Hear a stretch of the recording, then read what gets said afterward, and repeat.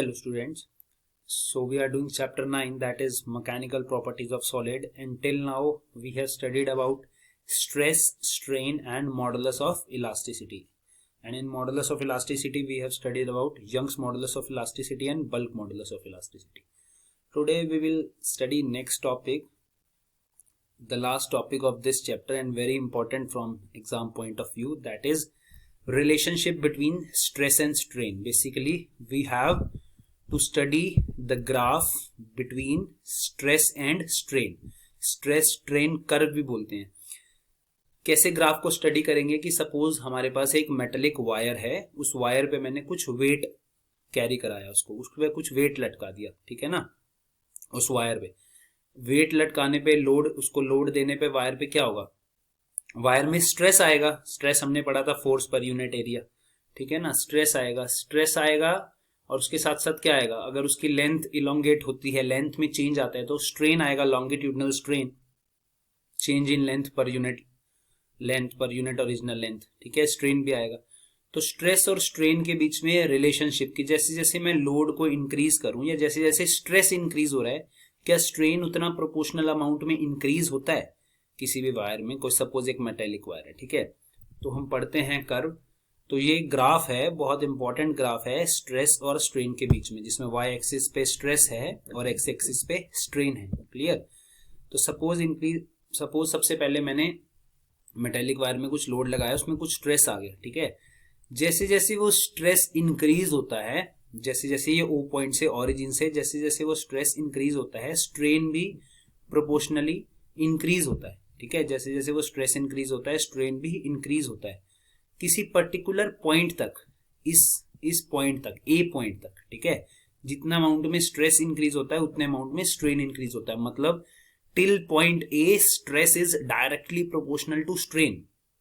और stress directly proportional to strain, कौन सा लॉ पढ़ा था हमने, हुक्स लॉ पढ़ा था ना. Stress is directly proportional to strain. तो ओ से ओरिजिन से ए पॉइंट तक क्या होता है, स्ट्रेस और स्ट्रेन डायरेक्टली प्रोपोर्शनल होते हैं. मतलब अगर उसमें लोड हटा दो तो वायर अपनी ओरिजिनल पोजीशन में वापस आ जाती है, ठीक है ना. अगर हम यहां तक स्ट्रेस हो गया बहुत, उसमें उतना ही स्ट्रेन हुआ, मैंने उससे लोड हटा दिया तो वायर वापस से उसका स्ट्रेस जीरो हो जाएगा, स्ट्रेन भी जीरो हो जाएगा, ठीक है. इस ए पॉइंट को हम क्या बोलते हैं, प्रोपोर्शनल लिमिट बोलते हैं. उसके बाद और स्ट्रेस यहां तक वो क्या है, लीनियर है, डायरेक्टली प्रोपोर्शनल है, जीरो टू ए, जहां तक वो ये ओ टू ए, जहां तक वो हुक्स लॉ ओबे करता है. क्लियर. उसके बाद फर्दर थोड़ा सा और स्ट्रेस इंक्रीज करने पे स्ट्रेन तो इंक्रीज हो रहा है, बट अब वो प्रोपोर्शनल अमाउंट में नहीं हो रहा, डायरेक्टली प्रोपोर्शनल नहीं है, ठीक है ना. प्रोपोर्शनल अमाउंट में नहीं हो रहा. किस पॉइंट तक, बी पॉइंट तक. बी एक ऐसा पॉइंट है जहां पर हम उसके बाद अगर वेट हटा दें तो वापस से अगर स्ट्रेस जीरो हो जाए तो स्ट्रेन भी जीरो हो जाता है. क्लियर. तो इस पॉइंट को, जो बी पॉइंट है, इसको क्या बोलते हैं, इलास्टिक लिमिट और यील्ड पॉइंट. इलास्टिक लिमिट मतलब यहां तक लिमिट है, अगर इसके बाद हम वेट हटाएं, स्ट्रेस जीरो हो जाए तो स्ट्रेन भी उसमें जीरो हो जाता है. मतलब उसमें परमानेंट डिफेक्ट नहीं आता. स्ट्रेन अगर जीरो हो गया, स्ट्रेन का मतलब क्या होता है, लेंथ चेंज होना, ठीक है ना. ओरिजिनल लेंथ के हिसाब से कितना लेंथ चेंज हुआ. अगर स्ट्रेन जीरो हो गया, उसका क्या मतलब है कि वायर अपनी ओरिजिनल पोजीशन में वापस आ गई. तो यहां तक ये क्या होगा, इलास्टिक लिमिट है, मैक्सिमम लिमिट, ठीक है. जहां पर अगर स्ट्रेस रिलीज हट जाएगा, उसमें जीरो हो जाएगा तो स्ट्रेन भी जीरो हो जाएगा. उसके बाद हमने और स्ट्रेस को इंक्रीज किया तो स्ट्रेन इंक्रीज हुआ. क्लियर. एक पॉइंट सी पॉइंट है, यहां पर स्ट्रेस इंक्रीज करने पे अगर अब हम स्ट्रेस लोड हटाएंगे वायर में से, वायर का स्ट्रेस जीरो करने की कोशिश करेंगे, जीरो करने पे स्ट्रेन जीरो नहीं होगा.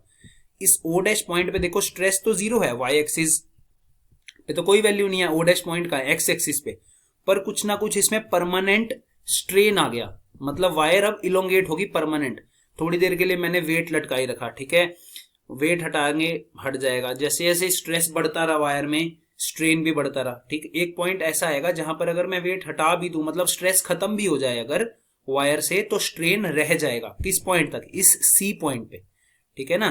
इस सी पॉइंट पे अगर स्ट्रेस हट भी जाए तो कुछ ना कुछ क्या रहेगा, स्ट्रेन रह जाएगा. इस सी पॉइंट पे ये वापस इसी कर्व पे वापस नहीं जाएगा, सी से ओ पे नहीं जाएगा. ये देखो ये डॉटेड लाइन है, अब सी पे हटाने में ये वापस नहीं जाएगा. स्ट्रेस को जीरो करे तो स्ट्रेन कुछ आ गया, ये एक्स एक्सिस पे ओ डैश, ये जो लेस देन 1% है, मतलब कुछ ना कुछ वायर में लेस देन 1% उसकी लेंथ इलोंगेट होगी, स्ट्रेन आ गया सी पॉइंट पे, ठीक है।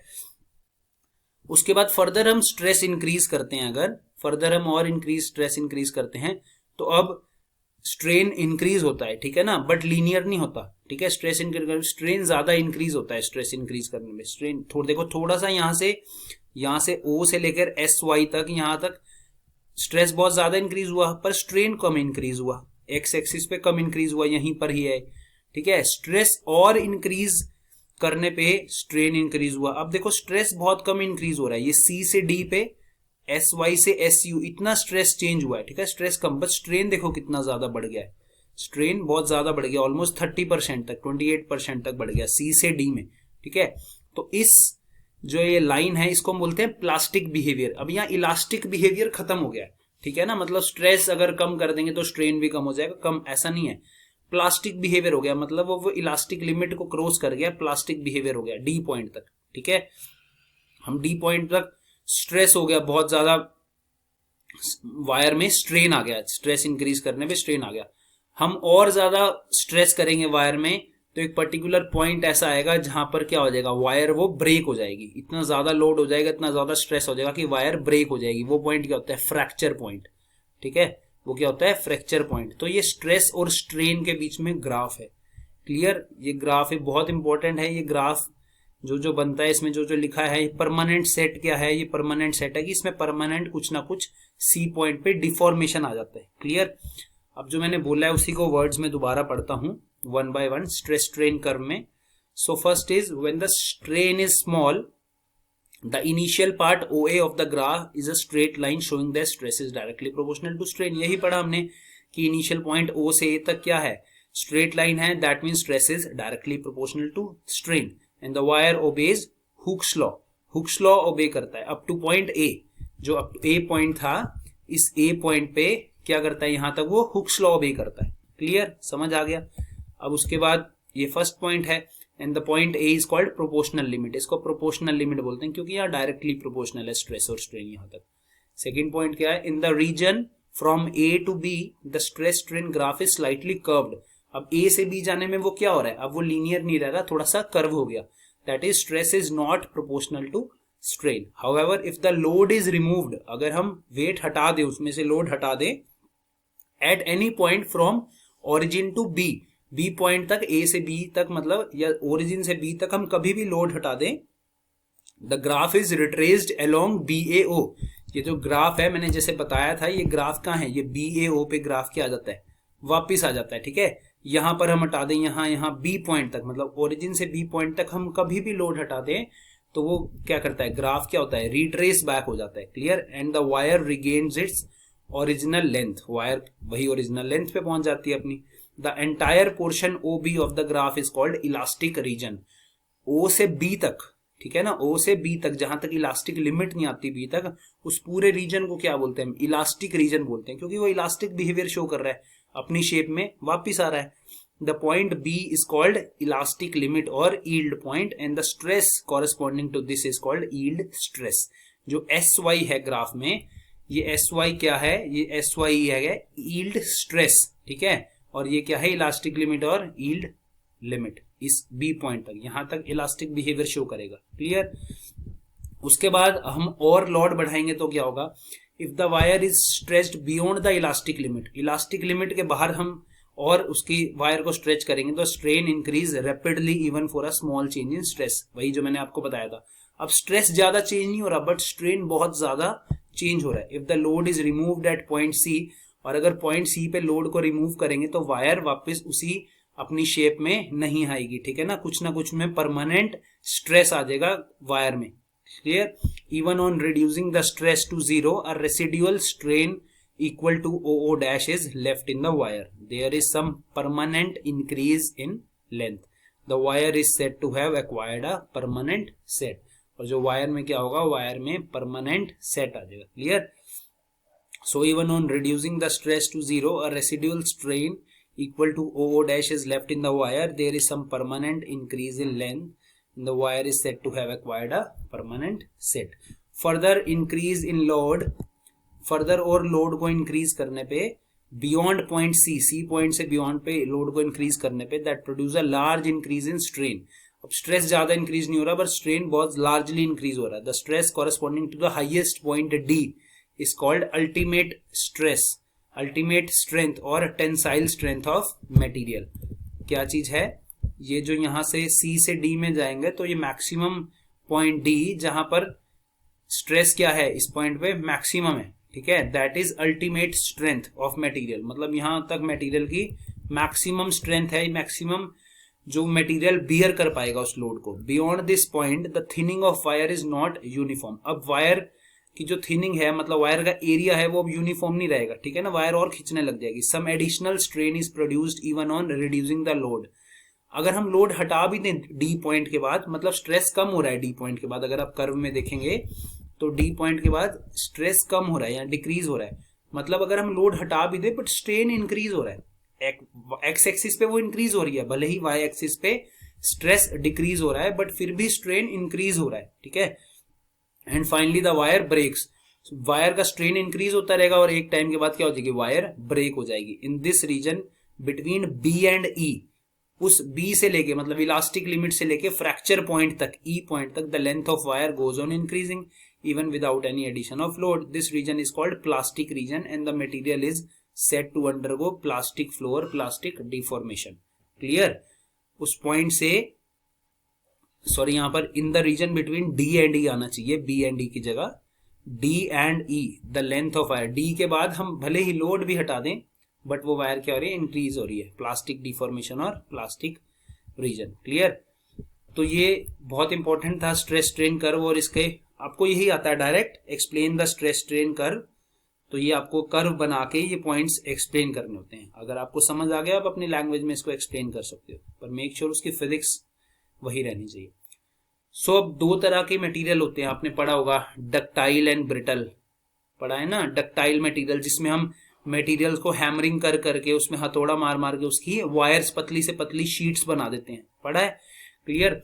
तो डक्टाइल मटेरियल के लिए ग्राफ कैसा होगा, अब देखो शीट्स बननी है, ठीक है, हैमरिंग कर करके ऐसा मटेरियल हो कि वो टूटे ना, ब्रेक ना, उसकी शीट्स बननी है। तो उसका ये जो ये वाला कर्व है ये क्या होगा, बहुत बड़ा होगा ये कर्व, मतलब उसका ब्रेकिंग पॉइंट बहुत आगे होगा, तभी तो ना। जो फ्रैक्चर पॉइंट है अगर वो बहुत पहले होता तो वह मतलब क्या है कि वो मटेरियल ब्रेक हो जाएगा बहुत जल्दी अगर उसका पॉइंट यहां कहीं हुआ। तो ये डक्टाइल मटेरियल के लिए क्या है, स्ट्रेस स्ट्रेन कर्व है। दूसरा कैसा मटेरियल होता है, ब्रिटल मटेरियल। ब्रिटल मटेरियल मतलब जिसको हैमरिंग करने में बहुत जल्दी ब्रेक हो जाता है इजीली, ठीक है ना, ब्रिटल मटेरियल। तो ब्रिटल मटेरियल का कैसे होगा, देखो ब्रेकिंग पॉइंट कम है। ब्रिटल मटेरियल का क्या है, ब्रेकिंग पॉइंट कम है ना, कि वो हैमरिंग करने पे ब्रेक हो जाएगा, तो उसका ब्रेकिंग पॉइंट कम है, मतलब वो थोड़ा सा स्ट्रेस देने पे ही वो ब्रेक हो जाएगा। बट डक्टाइल का ब्रेकिंग पॉइंट क्या है, ज्यादा है। क्लियर? डक्टाइल का ब्रेकिंग पॉइंट ज्यादा है और ब्रिटल का ब्रेकिंग पॉइंट कम है। तो ये स्ट्रेस स्ट्रेन कर्व था डक्टाइल मटेरियल और ब्रिटल मटेरियल पे। अब हम ये पढ़ते क्यों हैं, ये हमने यहीं तक था ये टॉपिक। ये किस लिए पढ़ा, आपने देखा होगा जो क्रेन्स होती हैं, जेसीबी क्रेन्स हैं, उसमें मेटेलिक रोप लगी होती है, बहुत सारी वाइंडिंग होती है किसी भी चीज को पिकअप करने के लिए, ठीक है ना। तो उसमें क्या होता है, उस वायर होती है, अब उस वायर की स्ट्रेंथ बहुत ज्यादा होनी चाहिए, उसकी कुछ पर्टिकुलर इलास्टिक लिमिट होगी, ठीक है ना। ऐसा नहीं है कि जेसीबी है, क्रेन है, वो कितना भी वेट उठा लेगी, एक पर्टिकुलर इलास्टिक लिमिट होगी उस वायर की, ठीक है। तो ऐसे डिफरेंट मटेरियल्स की डिफरेंट इलास्टिक लिमिट होती है। जो पार्ट्स मशीनरीज में यूज होते हैं, फैक्ट्रीज में यूज होते हैं, उनकी डिफरेंट इलास्टिक लिमिट होती है। वो स्टडी करने के लिए, उसकी नॉलेज के लिए हम ये सब पढ़ते हैं, इलास्टिक बिहेवियर, ठीक है, कि वो इतना स्ट्रेस बियर कर पाएगी, उससे ज्यादा वो स्ट्रेस बियर नहीं कर पाएगी। तो एक आपके लिए होमवर्क है कि जो ब्रिजेस बनते हैं, ठीक है ना, जो ब्रिज बनते हैं, फ्लायर्स बनते हैं, उनकी बीम जो होती है वो आई शेप्ड होती है, मतलब, और आई शेप्ड में उसकी डेप्थ ज्यादा होती है और विड्थ कम होती है, ठीक। ऐसा क्यों होता है, यही रीजन है उसका भी, ठीक है। जो बीम है वो आई शेप्ड क्यों होती हैं, ठीक है। जो पिलर्स बनते हैं, जो ब्रिज है, ऐसा क्यों बनाया जाता है, तो उसके बारे में सोचना है और मुझे बताना है उसको, ठीक है। So this is all about today, thank you.